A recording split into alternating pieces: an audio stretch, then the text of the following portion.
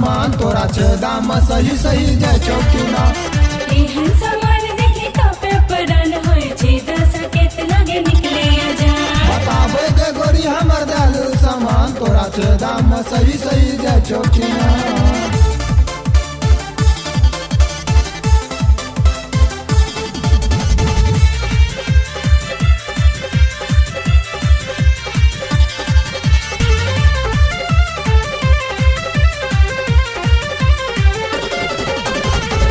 चमेली बर अलबेली दिल में राख बना के हवेली।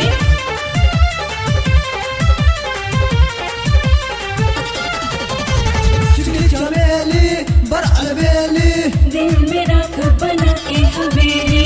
चिकनी चमेली बर अलबेली दिल में राख बना के हवेली। दिन दुपहरिया अपना रहरिया में, दिन दुपहरिया अपना रहरिया में धीरे धीरे मजा बुझाय छौ कि ना।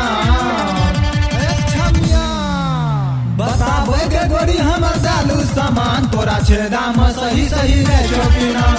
एहन सामान देखे कापे परान होय छै, दस केत लगे निकले जा। बताबे गे गोरी हमर दालू सामान तोरा छे दाम सही सही जाय छौ कि ना।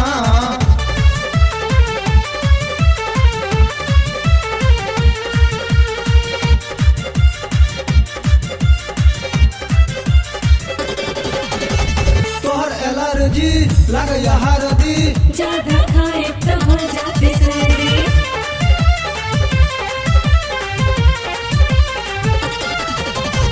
तोहर एलर्जी लगैया हरदी ज्यादा खाए तो हो जाते सर्दी। तोहर एलर्जी लगैया हरदी ज्यादा खाए तो हो जाते सर्दी। कलासरन जीत विनोद दीवाना, कलासरन जीत विनोद दीवाना अंदौली कछौड़ा बुझाय छौ कि ना। बताबे गे गोरी हमर दालू सामान तोरा छे दाम सही सही जाय छौ कि ना। एहन सामान देखे कापे परान होय छै, दस केत लगे निकले जा। बताबे गे गोरी हमर दालू सामान तोरा छे दाम सही सही जाय छौ कि ना। ऊपर से कटला नीचे के चटला, बीचे के कुछ बुझे छौ कि ना, बुझे छौ कि ना, बुझे छौ कि ना। बताबे गे गोरी हमर दालू सामान तोरा छे दाम सही सही जाय छौ कि ना। एहन सामान देखे कापे परान होय छै, दस केत लगे निकले जा। बताबे गे गोरी हमर दालू सामान तोरा छे दाम सही सही